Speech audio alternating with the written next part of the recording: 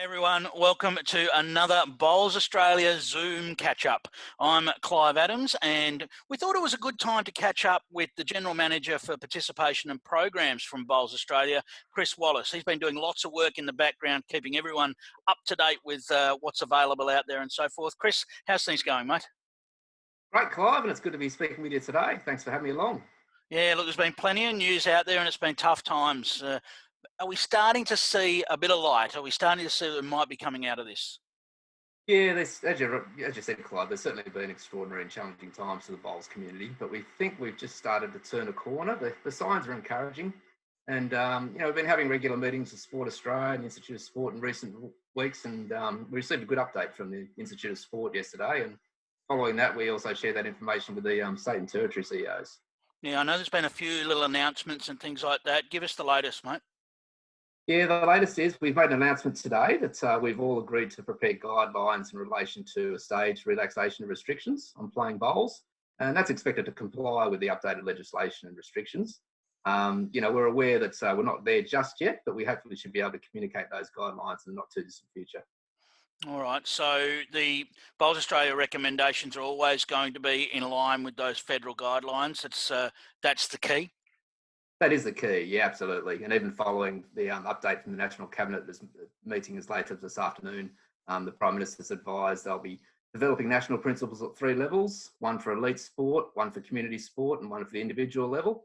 Obviously, the one for community sport probably affects us to the biggest degree, and these new guidelines will look to offer some consistency across states and territories, which, to be fair, has probably been lacking in some regards, different messages from different states and government authorities. So yeah, we'll look to have some conform guidelines that'll be fairly uniform across the board.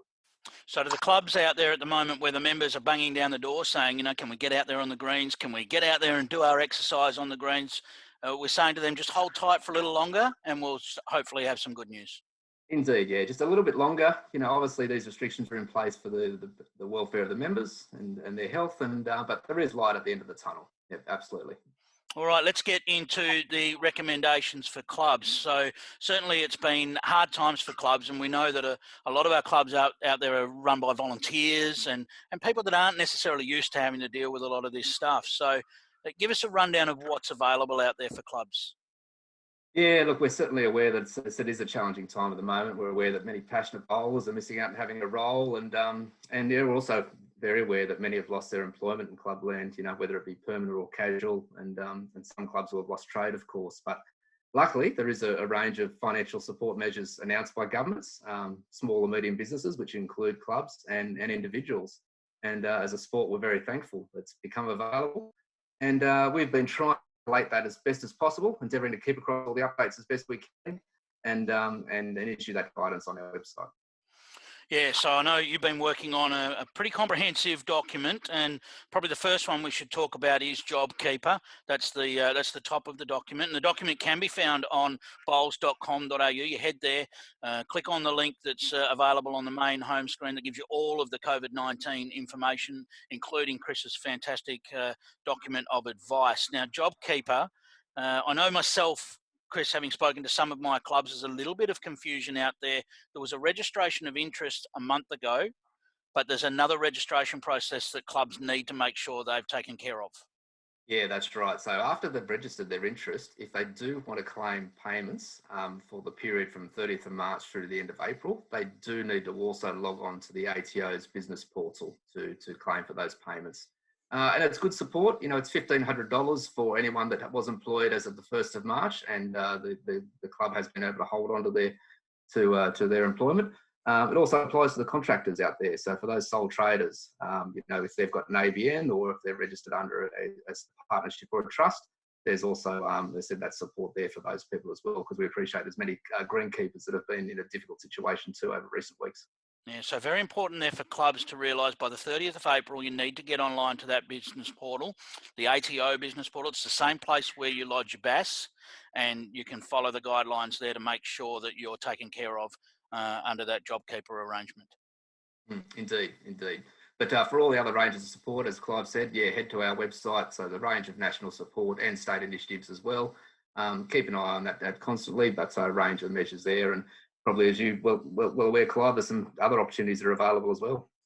Yeah, certainly. So the clubs need to look to their local council and local governments and so forth to, that's one that's difficult for Bowls Australia to summarise. So getting in contact with your local councils, harnessing those relationships that you've built over years and talking to them about how they can help. There could be some great opportunities there as well, Chris. Yeah, no, spot on. No, it's absolutely. But yeah, take advantage of all the supports out there. And if you do need any help with any of that support, then again, your regional bowls managers are a good point to turn to. We'll get to the regional bowls manager team in just a moment. One thing that clubs have noticed on all of this incentive packages and so forth and the stimulus packages is there's a bit of money already flowing through from the cash flow assistance program as well. That's starting to appear for clubs as well.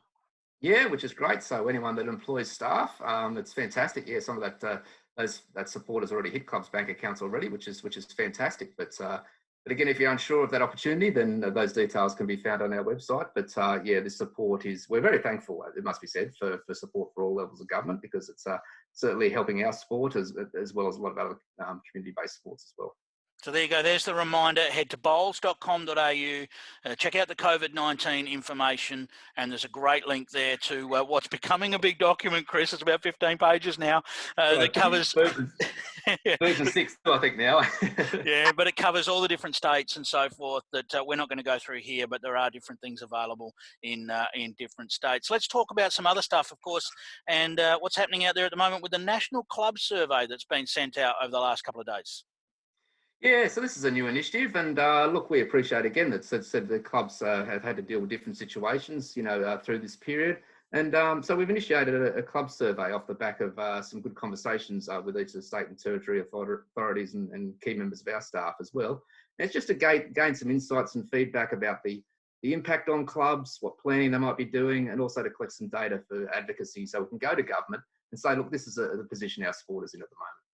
Yeah, so important times that will have gone to your regular club email addresses. So make sure your officials are across that. If you get a chance to encourage them to fill in that survey, the more data we can gather via that survey, Chris, it's really crucial at this time.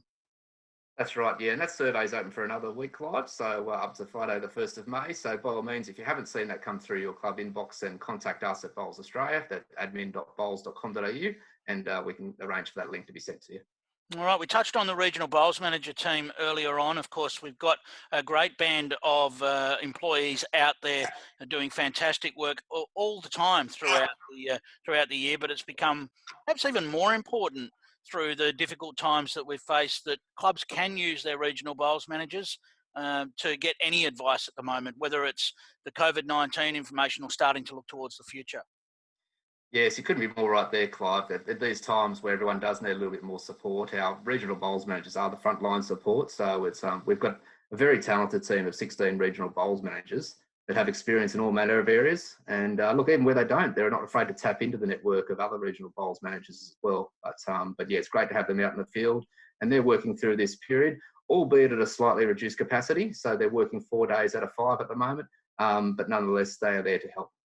And mainly by phone and email as well. So the face-to-face meeting component of the Regional Bowls Manager program that a lot of clubs will be familiar with, seeing their friendly face that comes and visits them. Not so much the face-to-face stuff at the moment, but certainly well and truly available by phone and email. Indeed, yeah, and much like we're talking now, some regional bowls managers are also talking more by video link as well, and it's great. We're getting used to an online world, and look, I think people are really getting used to new technology and new ways of catching up and meeting. In some ways, it's saving time in travel and catching up as well. Chris, you're a bowler. How you going? Not being able to get out in the greens, mate?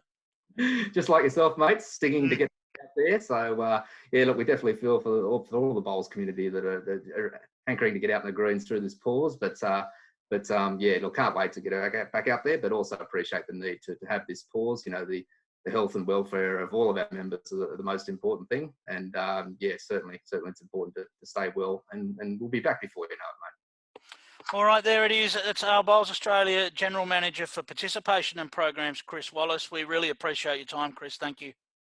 No, thanks, Clive, for your time, and the time of those watching this. So I wish everyone well in the coming weeks, and keep up the good work, Clive, and stay healthy all.